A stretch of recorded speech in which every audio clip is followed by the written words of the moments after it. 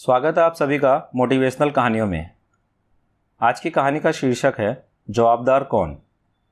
एक बार दो भाई एक ही शहर में रहते थे। एक ही माता पिता की दो संतान, परंतु स्वभाव से दोनों विपरीत। क्या कभी ऐसा होता है कि माँ बाप अपने संतानों को अलग अलग शिक्षा देते हैं? नहीं ना। उनमें से एक लड़का बहुत शरीफ, अच्छा व्यवसायी तथा समाज में उसकी साख भी बहुत अच्छी थी। इसके विपरीत दूसरा भाई हमेशा नशे में रहने वाला, लोगों से बिना वजह उलझने वाला और अपनी पत्नी तथा बच्चों को मारपीट करने वाला था।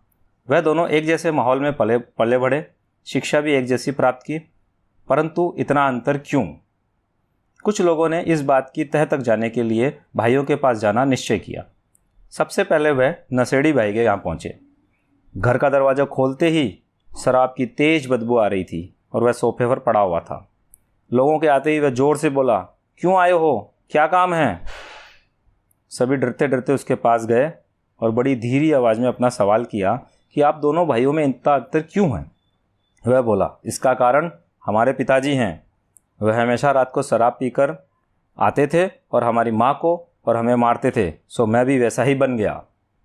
कोई बात नहीं। लोग ये बात सुनकर दूसरे भाई के घर गए।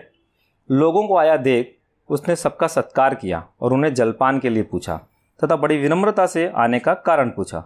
उन्होंने वही सवाल उस भाई के पास भी दोहरा दिया। यह सुनकर वह बोला कि इसका कारण मेरे पिताजी हैं। यह सुनकर सब चौंक गए और पूछे कि बताओ कैसे?